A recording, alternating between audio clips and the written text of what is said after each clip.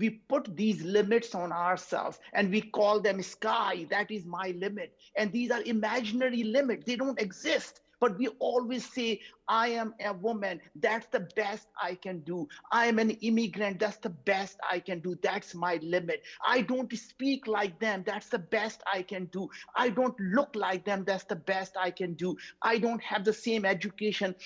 That's the best I can do. And to me, these are the limits we place on ourselves because we create the mindset of what we can or cannot do. You are a self-made billionaire coming from very humble beginnings. Can you just give us a little window into, what was when you were a kid, Naveen? Like, what did you dream of being when you were little? I just want to know. Yeah. So first of all, Allison, that you go back and look at life when you were young, and I think we can always rewrite the history of what actually happened. But the fact is, very few of us knew what was going to happen to our lives, especially when you're growing up in a very poor, humble environment. It is hard to even dream. The biggest dream you have is, are you going to have food tomorrow? Are you going to have a place to stay tomorrow, right? And all these things are really on top of your mind. That's the last thing you worry about. What about day after tomorrow, right? So it's really not something you think about the future. And I think this amazing things happens in life is that when you have a family and you have people you surround yourself with, who give you unconditional love, who believe in you, and who make you believe that everything you want in life is possible, then suddenly over time you start to go up there and you start to build your own North Star and you get there, right?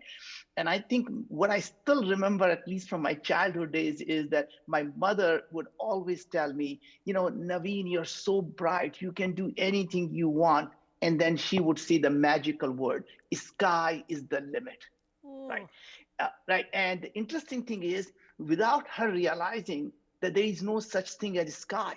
Sky is nothing but a figment of our imagination. When we go here from here to the moon or Mars, we don't say, hey, mom, I just passed sky. There is no sky.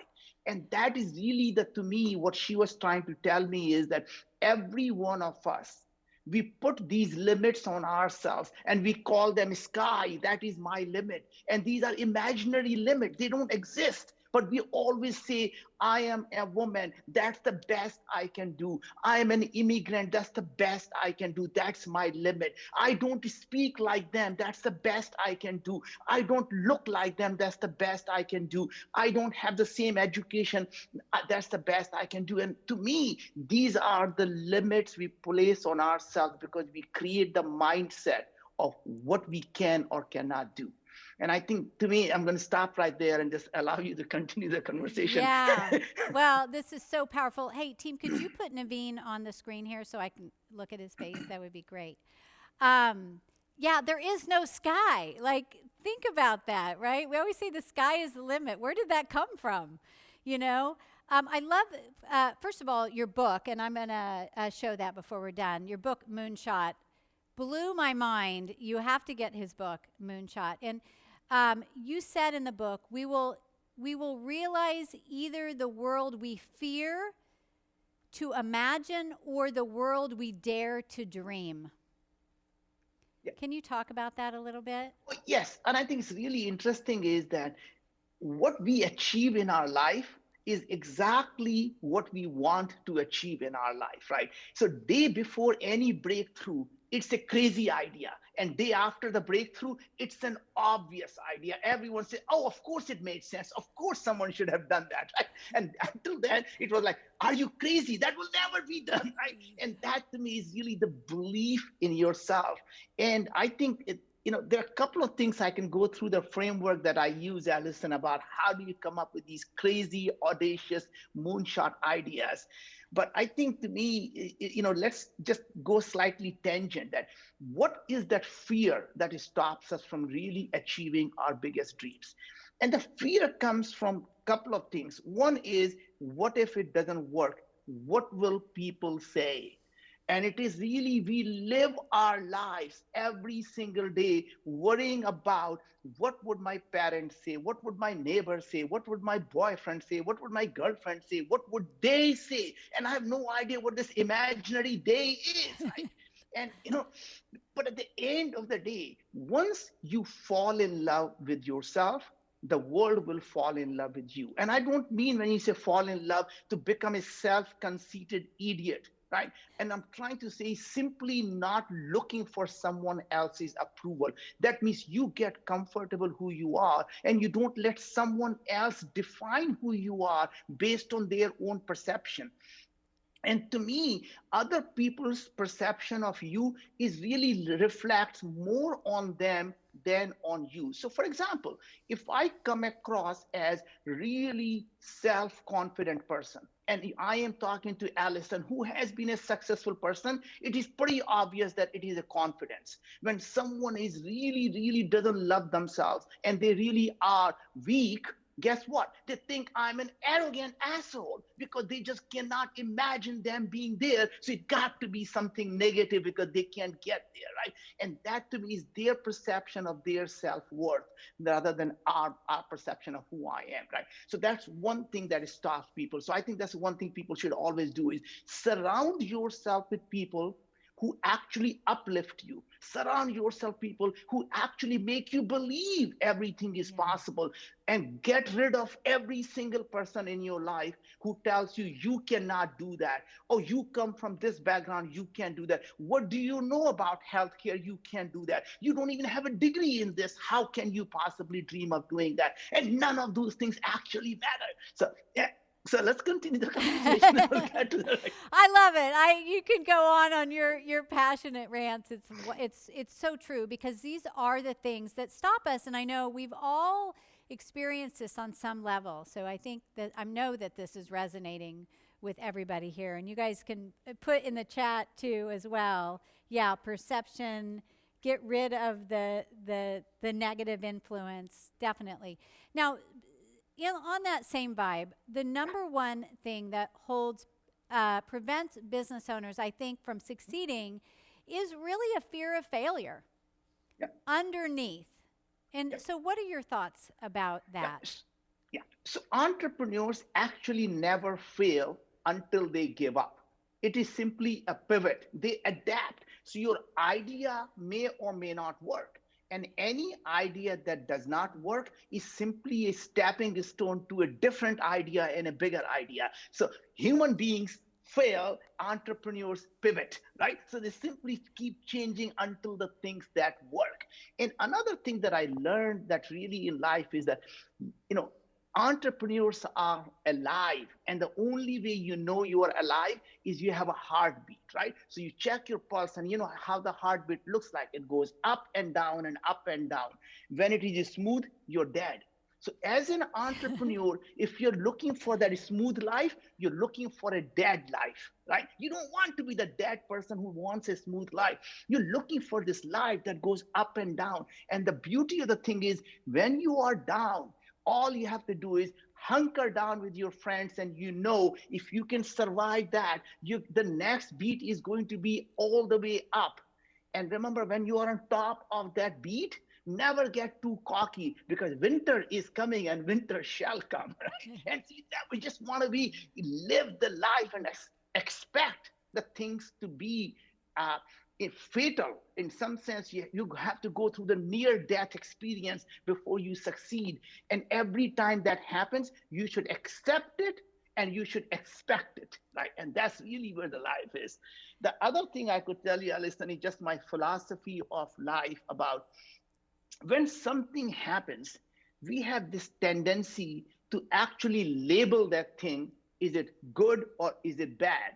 And our whole mindset and our emotions change because we labeled something. Not that event in itself is good or bad. By us labeling them, our emotions change. Oh, that was really bad. And now I feel bad and I feel sad and I don't know what to do about it. Or versus it was good.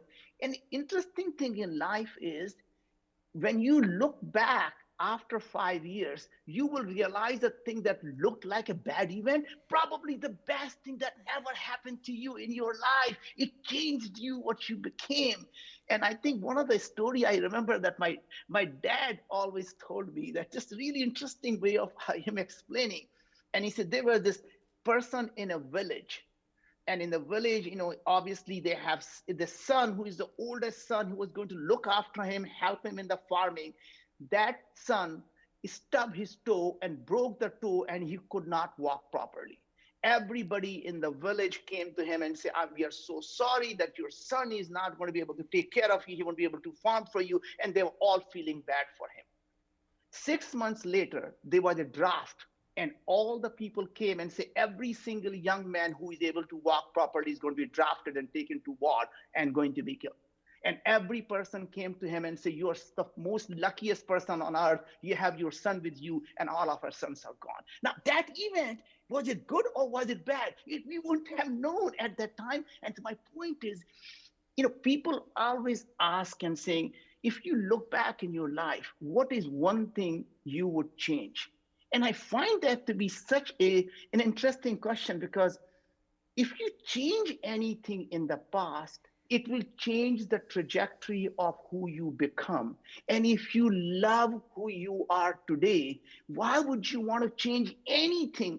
Even the thing that was the worst thing happened to you changed you to become who you are, made you emotionally intelligent, made you spiritually together. And to me, every one of those things, you should embrace them when they happen and say, universe has a plan for me.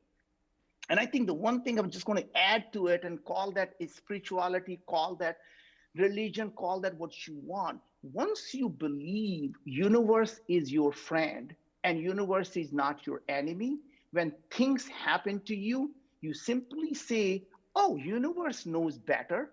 It is probably the best thing, a best message a universe is trying to send me. I need to get my act together so it can help me get to be who I need to be. And that's all it takes. Yeah, that is so powerful, Naveen. Thank you for sharing that. I mean, I think back in my own life, in the really tough times when I feel like the universe threw me out on my butt, is where everything that I'm doing now came from. And if I had the easy road, I just don't think that I would appreciate it as much. And it also lights the fire to say, I want to overcome this.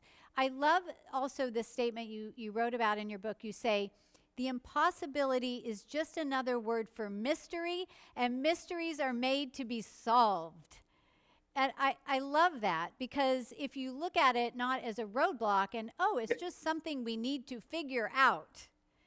And so when you come to a challenge, when you hit a wall and something isn't working, and all your businesses, I'm sure you've had some times, where do you go in your head? Like, how do you face these challenges and try to overcome them? So there are 2 or 3 different ways I'm going to actually answer your question. The first thing is, as opposed to thinking that it can't be done, you simply rephrase the question to saying, what needs to be done for this problem to be solved? And I don't care what that problem is. Like you say, look, we are going to live on a different galaxy. And if people look at something, what do you mean by you're going to live in a different galaxy? How is it even possible? And then you say, instead of that, let's say, what needs to happen for us to be able to live on a different galaxy? Someone will say, well, we have to be able to leave the Earth's gravity to be able to get out of the Earth's atmosphere. Well, we call that a rocket, problem solved. Well, we need to be able to go from the Earth orbit to be able to go far distances without using a lot of fuel. Problem solved. We have done that. Now we have actually the things that are going intergalactic travel, right? Then you say, well, how are you going to be able to land on the different places? And then people ask the fundamental question. So how are we going to grow the food on Venus? How are you going to grow the food beyond our solar system? And then you ask themselves, say, instead of asking, how will you grow the food? What if we change the question to say, why do we eat food? Just simply asking instead of how to grow the food, because when you ask that, the only solution is to find a way to grow the food. But when you ask and say, why do we eat food? It is simple. We eat food because we need energy, and because we need nutrition. Can we get energy from radiation? Can we get energy from this photosynthesis like plants do? My point is now you have multiple ways of solving that problem rather than thinking the way it is done now is the only way it is going to be done in the future. So The second part of the thing that every entrepreneur, this is just the philosophy I have, which is when you hit the wall and you say, this is the problem, you say there are two things here. Is this in my control or is it out of my control? When something that you know is out of your control, all you do is you say, it is what it is and it will be what will be. There's nothing I can do about it. And I'm going to live my life as if wonderful things are going to happen because universe is my friend. Right now, if it is in your control, then you say, I am doing absolutely the best one can do given the information I have.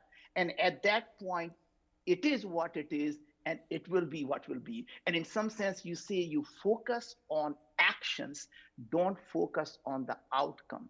The disappointments and the stress and anxiety comes from the gap between the expectations and reality. So my yes. point is, if you don't focus on the outcome, simply focus on actions. That means take every day, what can I do now to fix the problem that exists, not what the outcome is going to be. You keep saying, what can I do? Now, what can I do? Now, what can I do?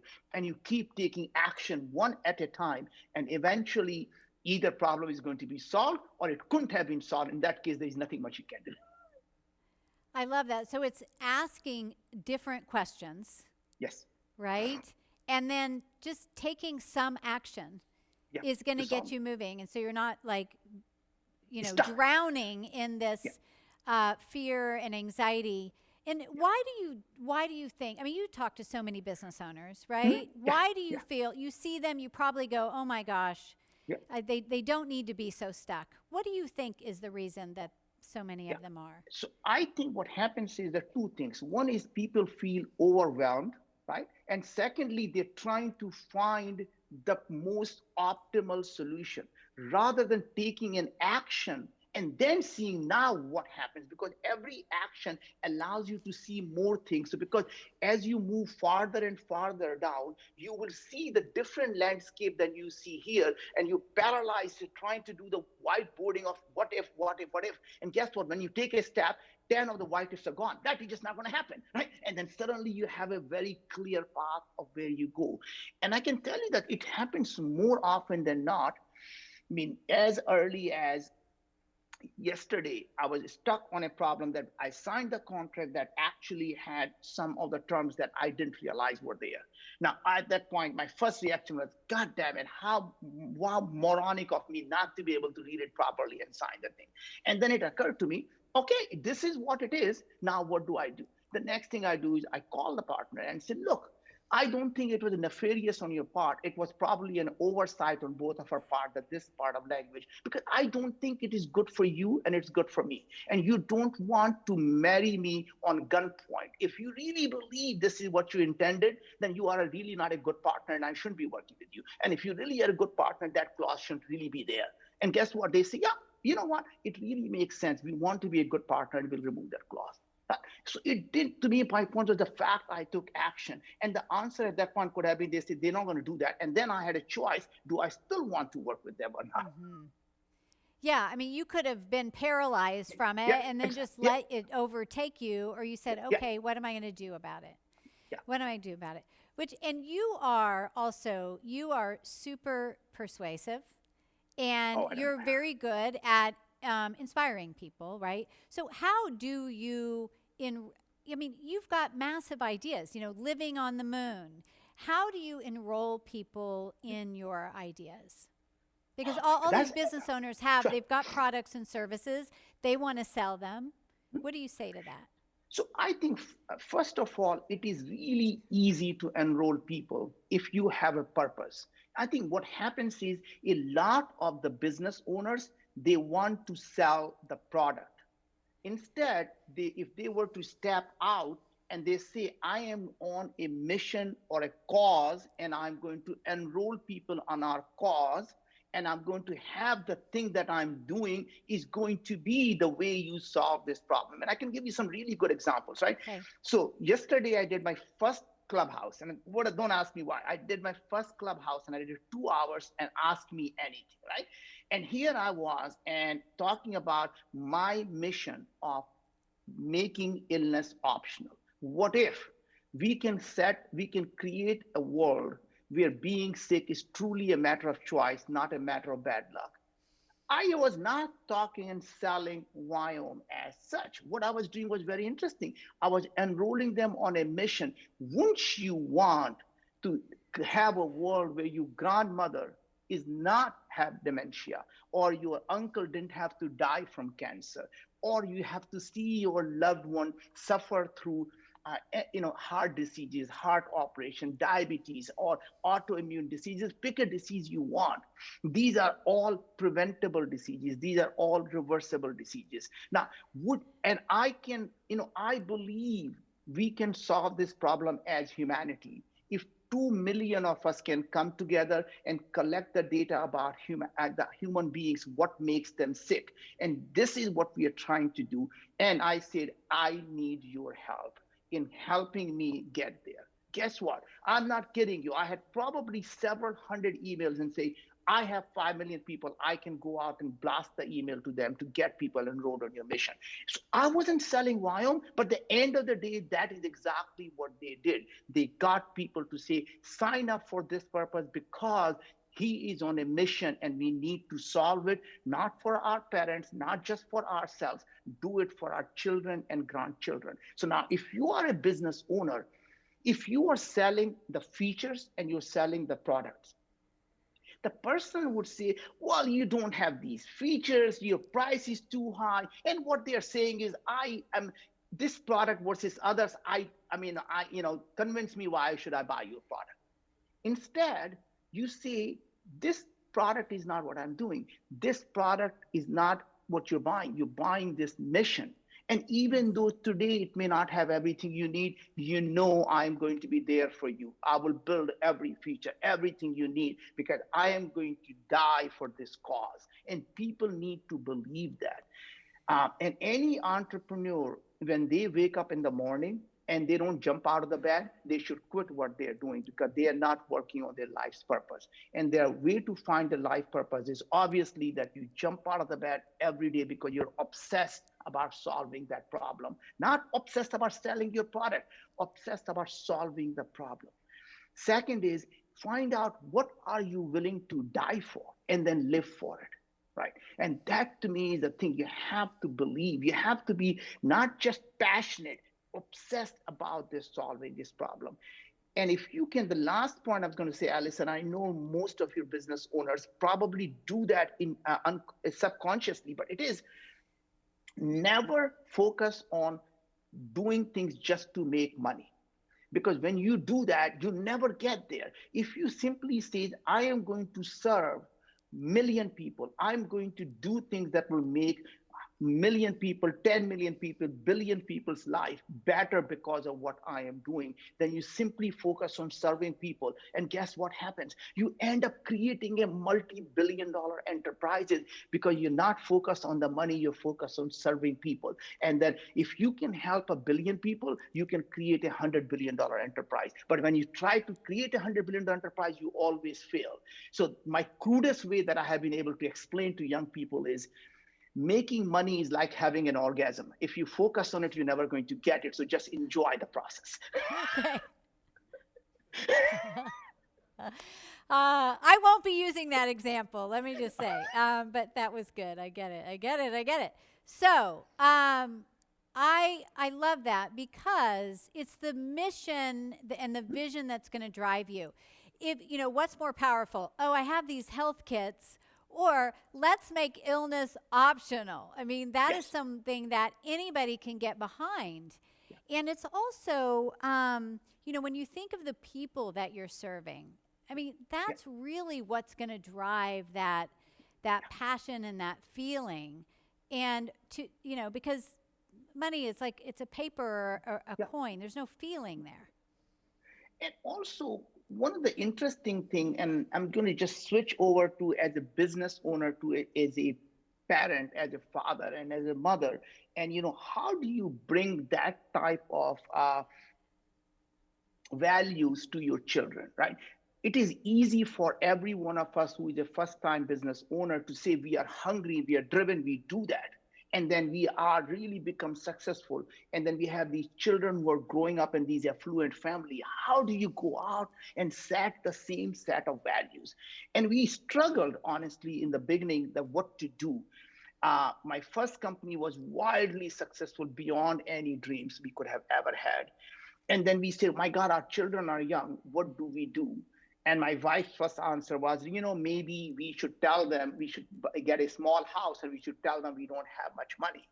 And I said, unfortunately, they will learn to read one day and they will figure out that it is just not true. So why don't we actually change the way we think and we tell them that you will never have to work for a living in your life, but your success will never be measured by how much money you have in the bank. Your success will be measured by how many lives you are able to improve.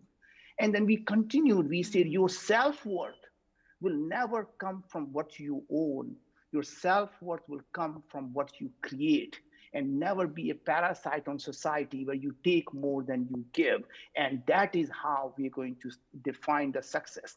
And the last part I just want to say, because that is the crux of the whole thing, which is we told them that our love for you is unconditional, but our approval is not. That means I will never tell you I'm proud of you unless you follow the value system that we believe in. But you never have to worry, do we love you? We'll always love you, but we may not be proud of you. And literally what happened, now I have three children, 30, 27, and 24. My oldest, when he was 17, he started Kairos, which became the largest college entrepreneurship thing. He started the company after he graduated from Wharton, sold that company, and now he's working on three companies that are fundamentally changing affordability for housing. And if you just Google him, his name is Ankur, Ankur, Ankur Jain, and you will see he's in cover of every magazine because he's going out and doing things that people thought was never possible. Our daughter, who graduated from Stanford, she only cared about women. And she started a first company she worked for was to remove the gender bias in hiring using AI. She quit that after 5 years and she started a company on women's health and actually looking at all the way from teenage menstrual period to menopause. What are the women's health issues that no one is focused on because every study is done on men? How can we get the women's health forefront of that? Our youngest one graduated from Stanford. He became a Schwarzman scholar, and now he's starting a company. Now, again, these kids are doing these amazing things because they realize their success is measured by how many lives they're able to improve. And that is the key. We, as a business owner, we have to not only do it for ourselves. The trick is how do we set that values to our children who are going to see you successful. The last part in this puzzle I want to give you is that, as I say, the first company became so successful. At that time, most entrepreneurs or most business owners would have said, hey, our kids are really young. I'm going to relax and retire, and I'm going to spend time with the children. And nothing wrong with that approach, except now look at from the kids' perspective. The kids go to school and they watch their dad sitting on the sofa watching CNBC.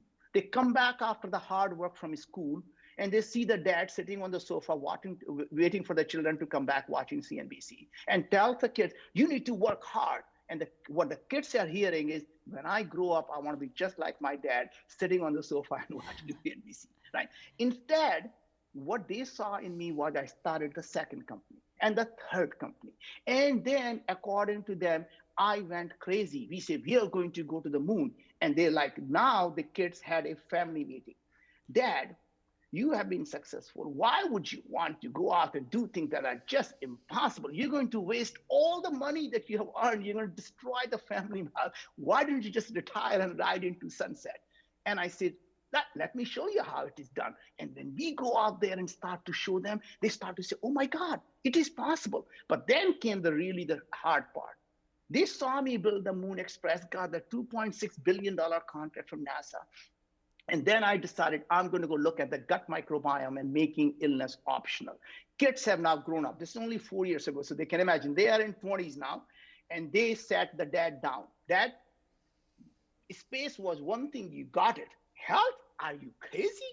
You're going to get bloody. You're going to, no one can solve healthcare. This is so messed up. There is nothing. And what is this microbiome thing you talk about? Nobody's going to ever do that. And 4 years later, they see that now microbiome is talked in vogue and glamour, and everybody, they all call and say, Dad, can you talk to my friend who's really hurting and this stuff? My dad, my friend has really these issues. Can you get them a Viome kit? And my point is, what they saw was Dad wasn't just talking about money, it doesn't matter. Dad was doing things he loved. Dad was doing things that actually improved the lives of people, not just tell me what I want to hear. I watched them do that. And that is the trick. And don't tell your kids, work hard while you're sitting down and going on a vacation and sitting on a beach every day. That doesn't quite fly well. Right. Kids are a lot smarter than you think. Yeah, right. Not do as I say, not as I do, right? So I get that. And, you know, my daughter, I was a single mom for 12 years, and my daughter was with me throughout all the businesses. And she is actually here somewhere today. She's in Israel. She's living in Israel now. Oh, my God. Tell me more about her. So how old is she? What is she doing? She is tuning in right now. She is 30. She's 32 years old. And I had the honor of having her work with my company for a few years. And now she is actually studying natural medicine and homeopathy, which I already told you about that I really love. So she's a healer too. Allison. She wants to help change people's lives. So she got that from her God mama. bless her heart, and God bless you for creating a daughter value system in your daughter that allowed her to go out and pursue the dream of healing, understanding the root causes of what makes people sick. And that's something I really think most people don't understand. Our body as whole is when it is inflamed, the inflammation, the chronic low-grade inflammation, it causes chronic diseases. And today, you don't have to take my word for it. Just Google and find the research paper. Depression and anxiety comes from your gut. The Parkinson's and Alzheimer starts in a gut. In fact, so much so the addiction and autism, the research now shows that if you just simply change your diet or change your microbiome through fecal transplant, the symptom of autism goes away. We get emails, Allison, every single week, hundreds of emails, people saying, I lost weight. I'm no longer diabetic. I'm no longer taking biologics. My eczema is gone. My acne is gone. And by the way, I'm no longer depressed. I don't have anxiety. And your heart warms up. So if your daughter is healing people holistically without giving them these drugs, because if I may say so, our current medical industrial complex makes money when we are sick. It doesn't make money when we are healthy. So there is not that they are bad people, but there is no incentive for them to keep us healthy, because when we are healthy, they get sick because there is no money for them. So it is the whole system has to completely change, where we pay fixed fee, and when we get sick, they actually stop getting paid. Guess what happened? Then everybody's going to focus on preventative healthcare rather than give me the ill, I'll give you the pill. And by the way, that pill is going to have enough side effect so I can sell you 3 more pills. And when you take the 3 pills, you can have enough side effect to take 9 more pills. And by the time you get to my age, I'm popping more pills than blueberries, and there is something wrong with that system. Yeah, I did. Well, I was practicing for 20 years as a homeopath, so I definitely know you've got to get to the root. You got to get to the root cause, not just treating the symptoms. And the same thing in business too. You know, you got to get to the root of the issue, right? Yes. And so this, I love this conversation. So thank you for all the brilliance you're sharing. So you say that it's easier to build a $1 billion company than it is a $1 million business. That's so I'm just saying that, but I want you all to hear this again. So what Naveen says is that it's easier to build a $1 billion company than it is a $1 million company. So could you explain that? Absolutely. I mean, think about it. When you are building a $1 billion company, you are actually solving a 10 million people's problem, 100 million people's problem, because that's the only way you can create a billion dollar company, right? And when you are doing that, guess what happens? It becomes a cause and a mission. And the best and the brightest talent want to work on the toughest problem. Best and the brightest want to work on something that will create a legacy for them, not just success. When people become successful, what do they look for? Significance. And if you give them the things that will make them significant, right? So when I started the company and said, I'm going to work on things that are going to make illness optional, amazing things happen. Head of IBM Watson says, you know what? I have been working on this AI. You will need a very powerful AI to solve this problem. I'm going to quit $1 million a year job and I'm going to come and work for you for 100K because I want to help you solve this problem. The person is scientist who was at Los Alamos National Lab working on a biodefense technology. Say, the technology that you need to solve the problem, we have it, and I'm going to help you, and I'm going to quit my job, and I'm going to come and join. Do you know why? Because I suffered through a chronic disease, and doctor told me I'm going to be in a wheelchair, and I'm a living example, just changing my diet. It did. I believe in you. I'm going to help you solve this problem. The people who were working on some of the translation science people from Craig Venter and joined. Here's one amazing thing happened. When these people came together, every venture capitalist start calling and say, why are all these people coming? What are you working on? And guess what? The money followed because now we have this mission, and they thought the FOMO is the biggest thing. No venture capitalists want to miss out on this next big thing. When you have these amazing people coming together, what if it is successful? Guess what? The money poured in, and suddenly we have the business that we didn't even think we had. If I had said, I'm going to build an iPhone app to find a roommate, anyone would have said, good luck, have fun, right? Nobody's going, oh my God, I'm going to quit my job and help you, right? It's not something they care about. And that's literally what we have to say. Take our business and see how can we do what we do and help 100 million people live a better life. Find a way to focus on helping every single individual and make it a purpose and make it a cause. And when you live the life of a purpose, you can create not only a billion-dollar company. Remember, doing good and doing well are not mutually exclusive. The only way to do well is to do good in the world. So find a thing that helps solve 1 million people's problem. You can create a billion-dollar company. Oh my goodness. Do good to do well. Yeah. And do well to do good. So Right. that says it all. Now, speaking of the ideas, one of the things that we're working on at this event is helping people to scale their business, to add on other revenue streams, to create recurring revenue and so forth. So what do you feel? So a lot of business owners have been pivoting in this last year. What are you, when you're thinking of, okay, I'm going to add on a new revenue stream, or, we've got Viome, now we're going to add this whole other piece to the company. What are some things that you look for when taking these steps? Again, I'm going to slightly correct you. The revenue comes from solving the problem. So we didn't come out. And so, for example, when we started the health kit, our goal was to understand what's happening inside the people's body. And we told them, what is your cellular health? What is your gut health? What is your biological age? How is your immune health? So God forbid you catch COVID or catch flu. What is going on inside your body?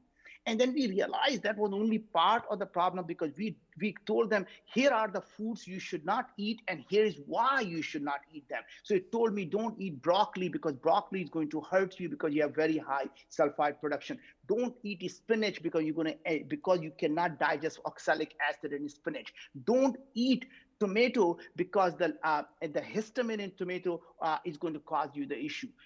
Then we say, now, if we can't eat these foods, and here are the food they can, how do we get the nutrients that they're lacking? So we say, you know what? Now, what if all the nutrients that are in the food that are missing, what if we can put for each individual, make those supplements for each individual on demand in the doses they need them?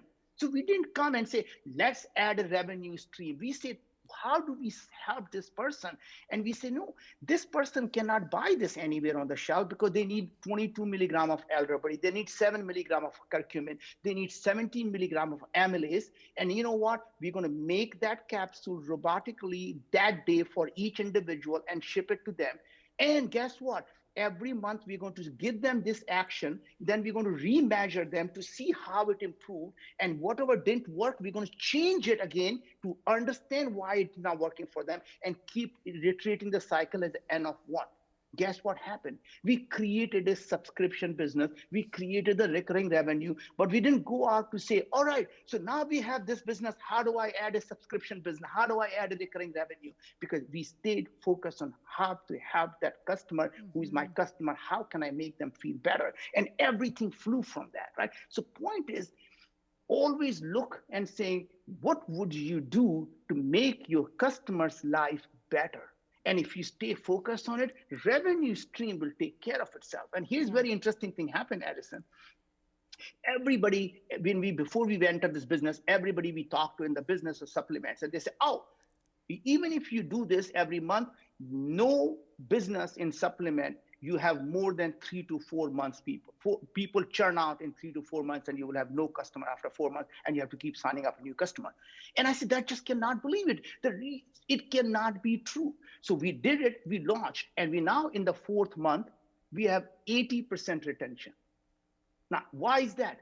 Because we did not worry about subscription business. We focused on helping them. And when people feel better because it is designed for each person, guess what? Why would they want to give that up? And secondly, they cannot buy this product anywhere else, either us or they say, I don't care about my health. So point was, doing things that worked for people is what allows you to retain your customer. If you created a subscription business, people feel sold. When they feel sold, they churn. When they feel they are bought into you, then they stay. Yeah, that is such a brilliant answer. And it's so true. That's what we've done in our business, Pinnacle Global Network. We're on a mission to help millions of business owners to transform their lives. And because we come from that place, we have so many business owners that just stay with us year after year after year. And so I love that idea is instead of just saying, okay, what can we create a subscription program? What problem are we not solving for this customer that we already have? Yes, I love that. Yes. So, all right, I'm going to switch gears a little bit, and I want to talk about team, because you've obviously built big teams. You've been a leader of big teams. It's an area that business owners struggle a lot with. There's a lot of frustration. Do I have the right people? I can't get them motivated, all of that. So can you share some tips on building teams? Absolutely. My number one tip is, when you are looking for a friend, you want someone who is just like you, who is, who thinks like you, who laughs at the same jokes, watches the same movies, does the same thing, and really is like you. When you're looking for a teammate, you want someone who is unlike you, people who fill in the gaps in the thing, because every entrepreneur believes they can do everything. But you have to know, what are you really, really good at? And you can do it better than anyone else. You focus on that, and then you hire the talent around you. And here's the trick. You have to leave them alone. And they may not be the guy who will be doing rah-rah. So for me, I am the person who is a cheerleader, who is out there and telling, here is a new trees, here are the new forests, here is the new way we can create. But there is a person behind me who's saying, you keep cutting the trees, I'm going to keep building the road. I hope you know where this road leads to, and I believe in you. And I know that I don't need to worry about that as I'm cutting the trees. There is nothing behind me, because there is a person who is building the foundation, the road right underneath you. And that's the kind of things you build a team. And the secondly is, when we hire people, we look specifically, are these people joining us because they need a job, or are they joining us, they believe in the purpose? And that is really the trick. And partly we say, okay, if you join us, we're going to pay you less than everyone else, but we are going to give you the piece of the equity in the company. So we all believe that when we succeed in our cause, we all benefit. But if you need a job and you don't believe in us, go find someone else where you really need that. And once you have people who believe in you, who believe in the purpose, guess what? They stay with you and they Yeah. work harder than ever for you because they want to solve the same problem, right? So I think enroll them in the mission, find people who are unlike you, and you have to respect them because their talent is different than yours. And you say, since they don't have the same thing you do, you don't respect them because, oh, you are not a cheerleader, you cannot communicate this thing effectively. Guess what? It's not their job. Their job is to make sure your ass stays in the chair, not in jail. So make sure Well, that I mean, I think it all comes back to the vision thing that you yeah, say, yeah, right? If you with the vision you attract the customers, with the vision you attract the team, yeah. right? That's right. Yeah. And enroll them into the mission. My point is, you have to find people who believe in your vision, they enrolled in the vision, and not simply joining just because a job, right? And that is the trick. And finding people who are complementing your skills, who are not just like you, they are also rah-rah and cheerleader. You need people who are simply going to do the accounting and do the best accounting that you can possibly have. People who are going to work on the logistics and they just care about making sure everything is going to be there on time. And they may not be the persons on the front end, can have be the person on CNBC talking about how this business works. Yeah, and so this leads me. So one of the things we teach a method called the scale it method. Uh-huh. And a lot of it is getting the visionary, the Yeah. CEO out of the weeds of the business Yeah. to work on, the bigger picture, Strategy. Yeah. right? And but a lot of them we talked about this earlier have a hard time letting go. They're Yeah. afraid to let go. They hold on. They're doing a lot of the tasks in the business. Yeah.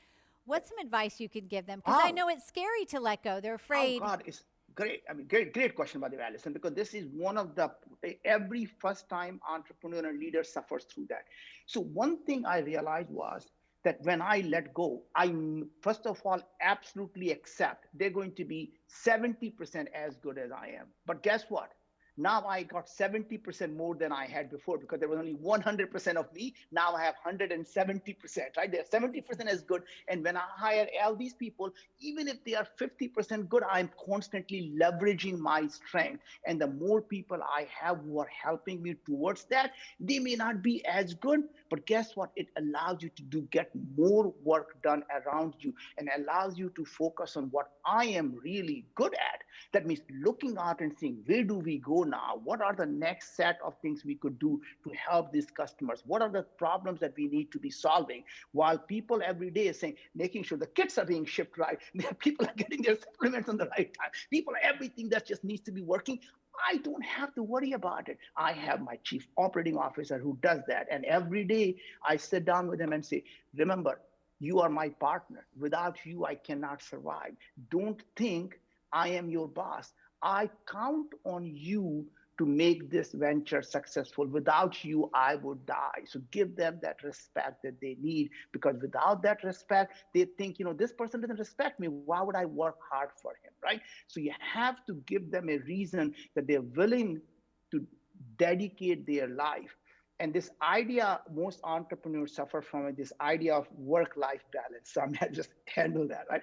Oh my God, how do I find a balance between I'm so driven and I'm working on the thing, my family thinks I'm just really not spending time with them. So what I realize is that when you want to find a balance, you've already concluded that your personal life and a professional life cannot actually live together. That's why you have to find a balance, right? Once you see my life is a continuum, in that continuum, there are some days there is more of one, and there are other days there is more of other. But there is never going to be a balance. When our kids are sick and some family is sick, you know what? I take a day off and I take care of them. And when the business needs me, I tell them I really need to be here and I'm going to be dedicating the next 2 weeks. And you're not going to see me and I'm going to focus here and get this thing done. And then I go back and say, honey, let's go out and take a week off and we're going to go do something. Right. Right. Right. Yeah, and really just forgiving yourself for that. I think a lot of Yeah. business owners really do struggle with that. So, and we're hard on ourselves. Like, oh, I'm failing here. Because you can't be in all And places by at the way, once. And also remember that your children are watching you. So don't think just because you don't spend enough time with the children, you are ignoring your children. In fact, I just want to say it because I saw it. When our children grew up, I asked them, I said, did you ever feel I was working so hard that I was really not being there for you? And they said, Dad, the fact every time you sat down and spent an hour with us, we knew that was the most important thing you have in your life and you gave it to us. So every time we knew the time that you were giving us was the most expensive thing you had, and the quality of that time was the best we could have had. In fact, they always told me that everything we learn by watching you do. The fact is, we realize that success doesn't come from easy, it comes from very hard work. And when we saw you, we realized that nothing that we're going to do is going to be easy on us. It's going to take a long, hard work. So when they started their businesses, they were prepared to work, 16, 17-hour days, 7 days a week. And when our kids were here last weekend, and it's really interesting to watch them. They're constantly working hard. And I say, Uncle, you got 5 minutes. I said, Dad, let me just finish a call. I'll be right there with you. My point was I knew. And I realized that 5 minutes they're going to give me is going to be the best time, the best thing they're going to give me. Yeah, well, you've been there. You can so relate, right? So, Yeah. well, I love that. And one of the things that you mentioned earlier, and as I said, we run Pinnacle Global Network. Yeah. We have this amazing community of business owners. So, what has that been for you? And just the power of business relationships, Yeah. not trying to do it on Sure. your own, getting support. What are your thoughts there? So a couple of interesting choices of word you use, the relationship. And I think that's one thing we as a business owner never understand, which is many of us look at everything as a transaction. And when you are in a transactional business, you can never, ever ask for favors, right? When you build the relationship is what really lasts forever. So I'll just give me an example. The reason I was able to call my business partner, because we had that relationship for them to understand we're going to be a good partner. If they looked at us as a transaction, they could have said, it is what it is, learn to live with it, right? And to me, building these relationships, so to me, when every time you meet someone, don't focus on what can you get out of them, focus on what can you do to help them realize their moonshot. And here's the amazing things going to happen. Every one of them is going to come back and help you achieve your goals because you were focused on them. So if each one of us, there are 100,000 of us, each one of us focuses on ourselves, how many people are worrying about me? One person. If every one of us focuses on everybody else but us, we'll have 999,000 people, 999 people focusing on each one of us. And that's the beauty, is that always when you meet someone, you genuinely listen to them. Don't try to think about what I'm going to say next and answer them. Listen to them and genuinely, sincerely say, Allison, what can I do? What can I do to be helpful to you? And if you sincerely desire to help, people sense it in your voice. Not, is there anything I can do to help you? And it's like, just go away. That's the best thing you can do. Right? And the point is, when you do that, and even if there's nothing, honestly, nothing comes out of that, universe is watching. And there's going to be a time, there's going to be someone who is going to come along and say, Naveen, what can I do for you? And they would do that for you and expect nothing back in return. And it's amazing. Is don't look at every transaction individually, but holistically, it will come right back to you. So believe in the universe and the world will be just fine. Yeah, oh, so beautiful. And you are so generous. I mean, when I reached out to you, we just had wonderful conversations, so present, and really, you coming and supporting, you're helping so many business owners break through. Can I just get the hearts up here for Naveen? Is this been so tremendous, so tremendous? I have one other question I want to end with, Please. because you say that entrepreneurs are superpowers. Oh my God, yes. So let's just, because I think that's a great note to end on here today. Yes. Yeah. So, Allison, first of all, I want to thank you for hosting me here. So, the reason I believe is if you go back in olden days, some of the biggest problems were solved by the kings and the queens and the aristocrats and the Fortune 500 companies. Today, these problems are being solved by an individual who had a vision to go solve that problem. You look at going to space, it is not the superpowers who are going to space. It is the individual entrepreneurs, their companies are going to the space. It is not the government, the Obamacare or Putin care is going to solve our healthcare. It's going to be one of us who's saying enough is enough. Your daughter, you, I are going to solve this problem because we're going to go do that.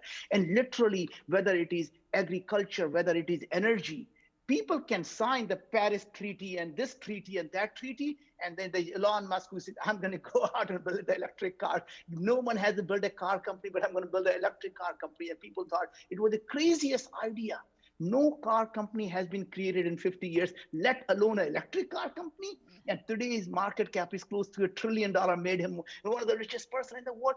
Guess what? He didn't want to be the richest person. He went out to solve the problem of carbon. He solved out the problem of a climate change. He went out and said, I'm going to build something that is going to be actually better for the humanity. And that's the kind of people really went out and succeed. So what I mean to say is, today, you and I and everyone listening to it has access to all the technology that used to be available only to the few people. It doesn't matter what part of the world you are in, you can find access to people, access to resources, access to research that you need. So just dream so big that people think you're crazy and never be afraid to fail. Oh, gosh, so inspiring, Naveen. And one last thing, because I do think this is important. Yeah. A lot of people think, oh, we're like living in terrible times, but we're living really in the most abundant time ever of history. I mean, if you notice that people, the poverty is down, any which measure of the things you look at, we live better today. But remember, every single problem is an opportunity for an entrepreneur. COVID has brought us the opportunity that never existed before. Who would have thought we would be doing these virtual events? I mean, for heaven's sake, people thought that was just a crazy idea. And look at it, here we are, and doing these amazing things to bring people together. So I really think that there is a silver lining to every single cloud. So just let's go out and make the best of it, and let's go out and help 1 billion people live healthier life. Let's do it. I'm excited. Are you guys excited? Let's give Naveen, how about the hearts? Let's hold up the hearts and blow up the chat here. This is so, so great. Naveen, they absolutely love you. I love you. Thank you. You're amazing. Thank you. Thank you. And so thank you. And I know our VIPs are going to be able to come in and ask you some questions, and we're going to get into that next. But yes, thank you for sharing your heart. Thank you. And thank you for being on a mission to solve these big world problems. And I think you've just inspired a lot of other entrepreneurs to do the same. Thank you, Allison. All right. Thank you. Take care. Bye. I hope you found this valuable. And if you want more support, guidance, wisdom, inspiration to scale your business from top business experts, check out this video right here next to me. And don't forget, your dreams are important. You are here to make a difference. Now be sure to subscribe below as well.